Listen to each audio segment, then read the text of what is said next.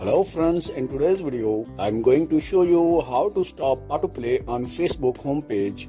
So for doing that, open your Facebook app first. As you can see, whenever we open our Facebook homepage, then videos start autoplaying. So how to fix it? Here on the top of the right corner, you can see 3 lines, so tap on it. On this page, tap on Settings and Privacy. Now tap on Settings. And here you can see the option of Media. So tap on Media. And here we got the section of Autoplay. So it is already set on mobile data and Wi-Fi. So here we have to select third option, Never Autoplay Videos. Tap on it. Now our setting has been saved.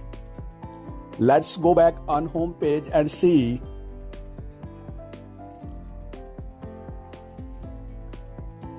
As you can see, our videos stopped autoplaying on home page.